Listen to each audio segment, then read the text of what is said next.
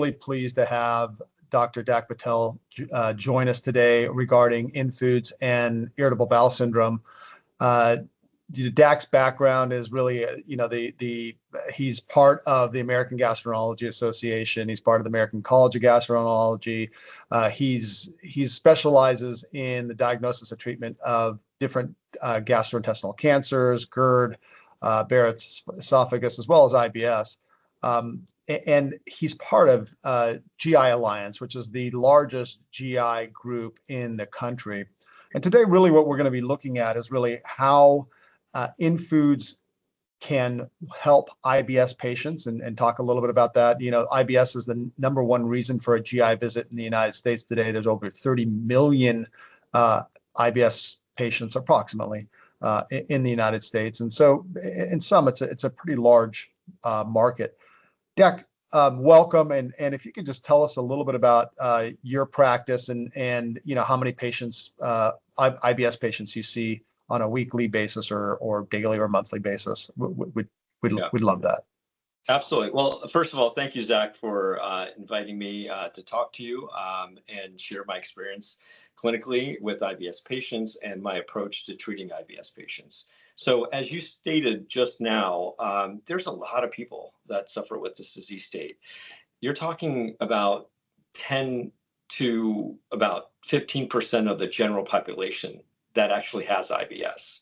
That translates to about 45 million Americans, but only 5 to 7% actually seek care, right?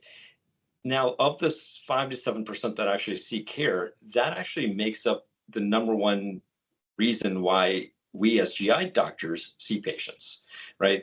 And that those numbers are around 30 to 40%, maybe higher in people that are really specialized in it. But in general, I would say 30% of all the visits we see are because of this one condition of IBS. And I feel like in my, clinic, I may be attracting some of, these individuals. So my numbers are probably closer to 50 to 60%. So I see, bloating, abdominal pain, discomfort, altered bowel habits, all day long. Yeah. And so that maybe leads me to the next question. Can you explain just really quickly in layman's term what IBS is and kind of how it affects people's lives? Absolutely. So it's a very common chronic condition that is a disorder of the gut-brain interaction, right? And I'm glad that we're defining it in that manner now. Before, it was labeled as a functional disorder, almost to imply like it's in your head, right? And this has to do with anxiety and whatnot. And so I'm glad now we're looking at it from a more of a gut-brain interaction. Now, technically, there is a criteria that defines IBS, and that's the Rome 4 criteria, which states that you must have abdominal pain for a certain duration of time, and that has to be accompanied with altered bowel habits, whether that's constipation or diarrhea, right? So that's the technical definition, but I like where the society is headed and why and how we're labeling this as a gut-brain interaction disorder. And the reason why this, is important because when we're looking at what's happening here, it's really that the signals between the gut and brain, those nerve signals are hypersensitive, right? And that then leads to either those nerve signals telling the muscles of your GI tract to work faster or work slower, right? So that results in diarrhea or constipation. Sometimes the nerves are really hypersensitive, and that can, manifest as abdominal pain or discomfort. So that's kind of how IBS is now being viewed. But I think that as we continue to have this conversation, I see lots of advancements in this field, and I have a vision of, hopefully where we evolve to in terms of IBS, particularly its management. So that's a great segue into kind of my next question. Can you tell us a little bit about, before inFoods and some of the newer things that are out there, how did you manage these patients? What did you use to treat them? I think there's drugs out there. Can you tell us a little bit about the the effectiveness of the drugs and some of the things that you've used to treat IBS patients and historically. Yeah, absolutely. So these patients, as I said earlier, come with abdominal pain. To have a diagnosis of IBS, you must have that pain component. But they can have constipation, they can have diarrhea, they can have both constipation and diarrhea. That's the mixed type, right? But a lot of these patients also have bloating. And the other big issue with these patients is how unpredictable these symptoms are, right? So they're, having to leave social gatherings earlier. They're, work productivity is being affected. It really, their world becomes smaller and smaller because of these symptoms, right? So when we tackle them, to answer your question, the first step is lifestyle modifications, right? So we do the best we can to advise them on some dietary modifications, but it involves also fiber intake and a lot of over-the-counter medications, and that would include things like Imodium or fiber supplements, fiber laxatives. So that's kind of the initial step, right? And then after that, majority of physicians are using prescription drugs, whether those are drugs to help with the diarrhea component or the constipation component. And a lot of these drugs, have a cost to them. And a lot of times the cure ends up being worse than the disease itself, because, for instance, somebody that has constipation now is given a drug to help with the constipation, but now they have diarrhea, right? And so these patients end up on just like this drug carousel where, they're just moving from one drug to the next. They have to dose escalate the drug. And it's just, then they have side effects or it's not working. And so now we try a different drug. And so this is kind of how it's been traditionally managed. I try to take a different approach. Got it. So I heard some of the drugs are like the copay slip, for example, for like Xifaxan is up to like $900 and requires prior authorizations. And do you feel like the drugs are typically effective, or is it only a certain percentage of cases that kind of really get the drugs really help them? No, that's a great question. To speak to the cost can be quite significant for some drugs. You mentioned Xifaxan. I've heard of copays up to $2,000. Oh my gosh. So it can Wow. be quite cost prohibitive to go on these drugs. Other drugs are not so cost prohibitive, but they, as I said, don't always work that well, or they have side effects. And these drugs, in terms of even their effectiveness, if you look at all the trials, you're looking at most efficacy rates of 30%. Majority are in the 15 to 20% over placebo, right? So, these patients are suffering with all these symptoms, and 70% of the time, they're not going to get better, even with drugs. So we have to start thinking of different ways and start asking the question of what drugs would I need next versus what can I do to get to the root cause of these symptoms? So Right. talking about, so speaking about root cause, maybe we can dive into that a little bit more. I mean, I think everyone kind of in the space knows a little bit about low FODMAP and other dietary changes. Have you done low FODMAP, and how well has that worked, or other dietary changes? Yeah, the low FODMAP diet is almost the gold standard when it comes to treating IBS. And by the way, over 50% of patients do respond to the low FODMAP diet, right? But that also means 50% do not respond, right? And the low FODMAP diet, the problem with it ends up being that it's more of a blunt instrument, right? So if you have a little leak in the pipe, instead of trying to find out what that little leak is, a lot of times we're just breaking down that wall. And so these patients are avoiding whole groups of foods, dairy and wheat, and that sometimes leads to nutritional deficiencies even. So with a low FODMAP diet, you really need the help of a GI dietitian to be able to make sure that you're doing it appropriately. There are 3 phases where you eliminate like 120 foods, then you introduce one food at a time. So even if you do it correctly to try to pinpoint exactly the food trigger, it's going to take you months. and patients are rightfully so, have a hard time complying with this kind of a process. It's very restrictive. So that's, I think, the major issue with the low FODMAP diet. And, we do need to come up with better ways in which we can manage this. And I heard it's not inexpensive, because a dietitian, is usually out of pocket, and sometimes insurance covers it, but it's usually out of pocket. And then just actually doing the low FODMAP diet itself, you have to buy the certain foods and kind of do that. And then if you're cooking for your family, then you got 2 meals that you're cooking.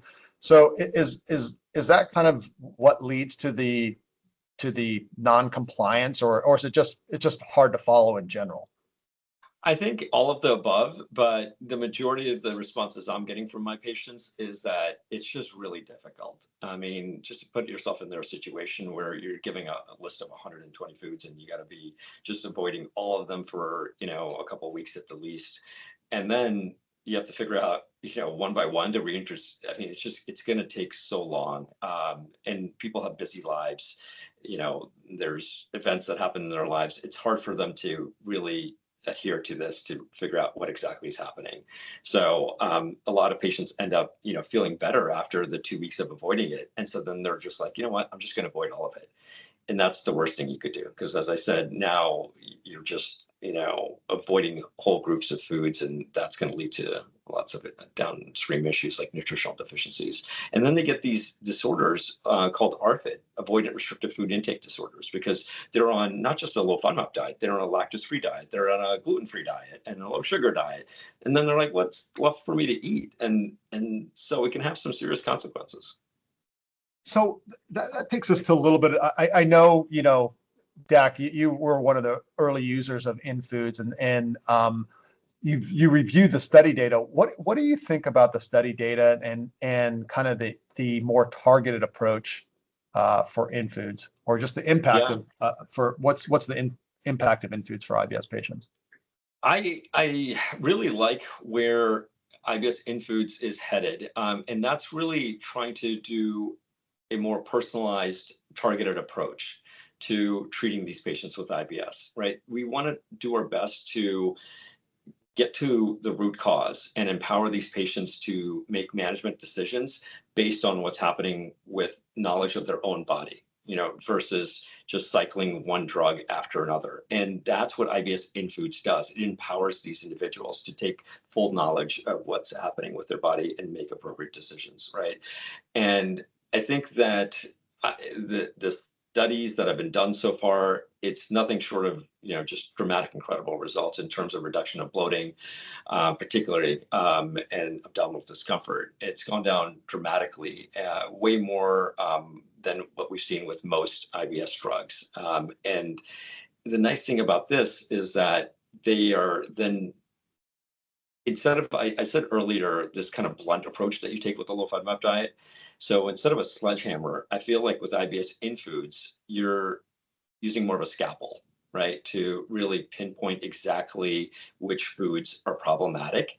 And when you can do it that way, you're not only finding fast relief, but you're now going to have long-term compliance with actually being able to, pinpoint and avoid the 2 to 3 to 4 foods, as opposed to this vast array, of foods that are happening. So IBS inFoods is, I hope, the start of a revolution in terms of how we're approaching patients with IBS. And that is to figure out how to get to the root cause of why they're having these symptoms, as opposed to what drug is next.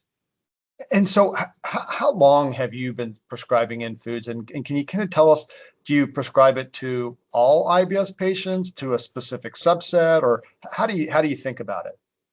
Yeah, in terms of where to position this, I mean, I think that you have to be honest, there is a cost to it, right? So we can't just give it to everyone that walks through the office. And I think you have to be selective. So the way I've positioned it in my algorithm when I see patients initially with gas, bloating, abdominal discomfort, is I do my best to talk about, as I stated earlier, lifestyle modifications. Look for, the most common triggers, such as lactose intolerance. That's 60 to of all Americans have some degree of lactase deficiency. You know what I mean? And so I think that's a very simple thing that doesn't cost anybody anything. Just avoid lactose for 1 week, right? So that's just an example of lifestyle dietary modifications that I'll do initially.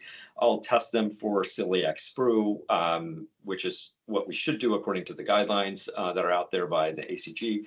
So I'll do simple things like that. We'll talk about maybe increasing their fiber intake. They want to get 30, 35 grams of fiber per day. And then, we will discuss some over-the-counter things that they can use to manage some of their symptoms.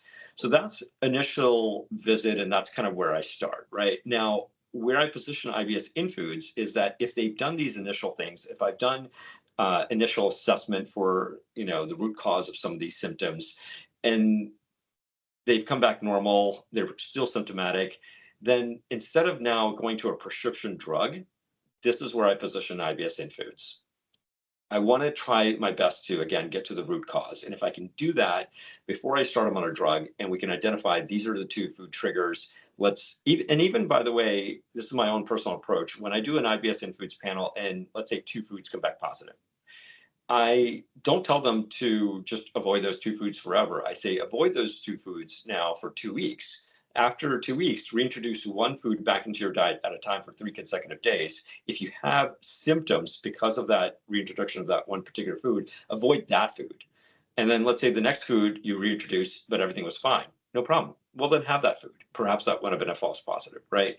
So that way you're really precise and making decisions on the symptoms that you're actually experiencing, right? And so that's where I position IBS inFoods before I start any prescription drugs, because if I can get them to start feeling better, with reduction of bloating just from avoiding a certain food trigger, that's so much better than, again, that cycling of drugs with side effects and cost and everything else. And for your most of the drugs are, the branded ones are prior auth. Is that correct? Oh, yeah. Anybody that's ever done a prior authorization, it's so painful. It takes hours sometimes. And so, yeah, a lot of them do require, prior authorizations. And, the other thing to know about a lot of these IBS drugs is that the moment you stop using them, your symptoms come right back. So a lot of them are on it long term. And at 1 year, 5 year, they'll start losing efficacy. So now we got to find a different drug. In the case of Xifaxan or Rifaximin, we are using that, every 4 months or so. That's not uncommon. So, Jeez, yeah, wow. And so with inFoods, you had a lot of patients use it. Can you tell us a little bit of, kind of the common reason patients are receptive to it? And then also on the reverse side, why are patients not receptive to it? Yeah, I think they're receptive to it because, first of all, these patients already feel that there is a food trigger that's taking place here. And so there's so many tests that initially, I want to order for my patients because I am one to look into why they're having their symptoms. So there's several, tests that I'm going to order. And I've always found that when I list all the different tests, the one they gravitate towards is always the IBS inFoods test, because they've already bought in. They know that there's a food that is triggering their symptoms, right? And one of the things that when we have a detailed discussion about IBS inFoods and how it works is that, a lot of these food allergy panels, they can be IgG, but a lot of them, are looking for IgE mediated responses. And that's when you're going to have the hives and the throat swelling. That's an IgE mediated immune response.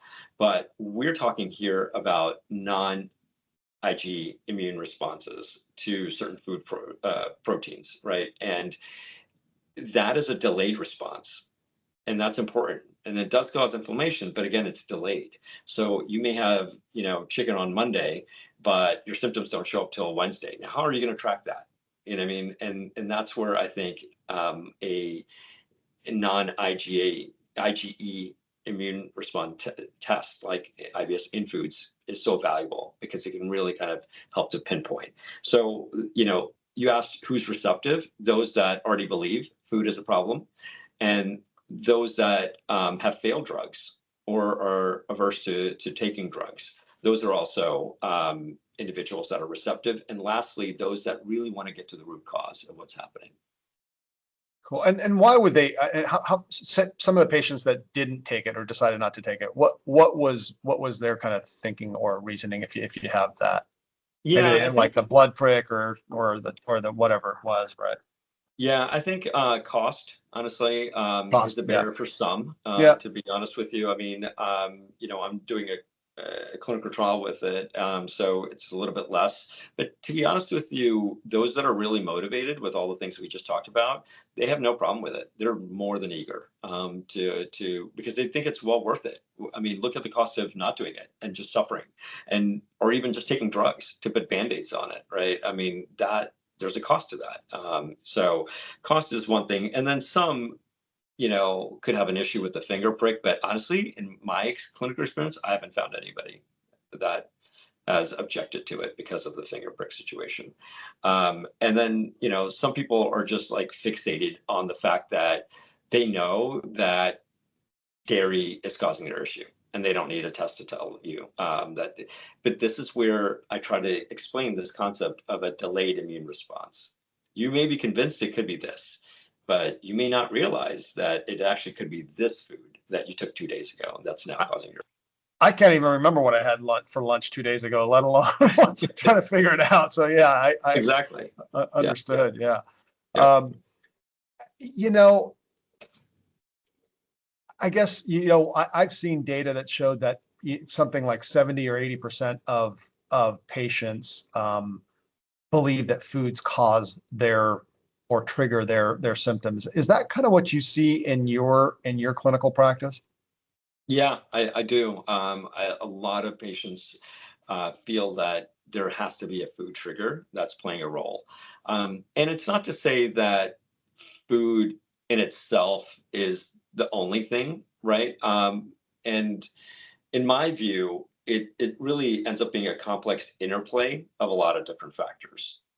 And food definitely is one of them, right? But it could be, um, for instance, the amount of sugar they're taking in, which is a food, right? It could be the amount of enzymes that they don't have to break down that sugar. It could be also the personal makeup of their own microbiome. Everyone's microbiome is different. My microbiome is different than yours, which means that the amount of bacteria that I have is different than the amount of bacteria you have. The amount of bacteria that produces gases are different. The amounts of gases that are produced are different, right? All of that plays a role. The structure, function of the GI tract can make a difference, right? What's your intestinal transit time? What's your gastric emptying time? And then lastly, visceral hypersensitivity. So, how dialed up is that volume knob of sensitivity, right? So all of these things, I think, you know, work together. It's a complex interplay to make somebody symptomatic. And I think that, stress goes along in that equation as well. But one of the most common things is food triggers, because you can have the visceral hypersensitivity and the microbiome and all that, and the gut brain interaction, but that in itself is not going to necessarily cause your pain. There has to be a food trigger potentially, right, that is there, that then with everything else produces that pain. Got it. No, So that makes total sense.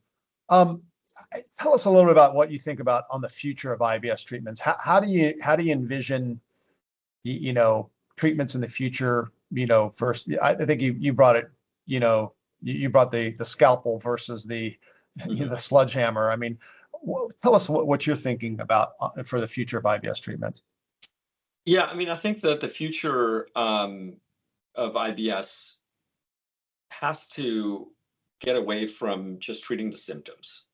I think we have to get into trying to figure out the root cause. I think the studies, including the IBS in foods, studies have shown that when we get to the root cause, the treatment efficacies are so much greater than just these band-aid solutions, right? And so I think trying to first and foremost phenotype the individual, right? Of, why exactly they're having the symptoms. And that could be things like small intestinal bacterial overgrowth or bile acid malabsorption or specific food sensitivities. And that's, again, where tests like IBS inFoods falls in, right? So phenotyping is number one. And then number two is having targeted therapy. So once you have that phenotype, you have a specific diagnosis, and then you target your therapy to that diagnosis, which ultimately improves the efficacy, right? And the chances that this individual is actually going to get relief of their symptoms long term. And then lastly, I think, digital integration. So I think that diagnostic and dietary support that seamlessly gets integrated, via digital tools to really maximize compliance and monitoring. I think that's where I see the future of IBS going, hopefully. No, that's really cool. I'm gonna throw a little surprise at you. We just announced that we have a Medicare payment rate, and so Oh, for Medicare patients, we're going to be able to start billing for that. So that's coming in the future. that's going to be huge. Yeah. Does that help, you think? Oh, 100%. I mean, because I think, that cost is a barrier for certain groups of individuals, particularly with Medicare. And so that's going to be a huge help for them. Excellent. Now, and I really like where you're going on the digital side of things. So we're working on some digital slides that you already know that we have a digital dietitian tool that helps people kind of put together formulations. Do you think you think that digital side is going to be even more meaningful when you can kind of help patients be more compliant? Absolutely. I think, the IBS in foods, just identifying, food triggers in itself is so valuable. But then when you add all the different dietary, support, it really makes the value that, of this test there, right? That it captures the value because that cost that the patient may be like, oh, I got to pay this much money to get this. But look at what you're getting for that. You're not only just getting that, identifying the food triggers, but you're getting all this other support, which then tells you, okay, well, if I can't have this food, then first of all, what are all the foods that have that food, right? It's just to be aware so that you can appropriately avoid things. But then if I'm avoiding this, then what else can I have, right? And that's where I think these digital tools are going to be so valuable, and having access to them on their phones, and having it be portable, all of that will make a big difference in terms of them complying with those changes, and ultimately that's key to having them have a long-term relief of their symptoms. Well, Dak, I mean, I really appreciate you coming on and just explaining your experience with InFoods. If you're open to it, we'd love to kind of be able to put your practice and address down in Chicago area. If anyone's is looking at this and is in Chicago, we'd love to have you visit Dak. I mean, I know how good of a doctor he is. So, anyways, so if you're open to that, we'll put that on this video, and really just want to thank you for coming on today. Yeah, no, and I'm very open to that. Feel free to do that. And thank you so much for the invitation. It's been a pleasure talking to you. And I hope to see IBS inFoods out there and helping a lot of patients. No, thank you, Dak. Thanks. Have a good one. Bye-bye.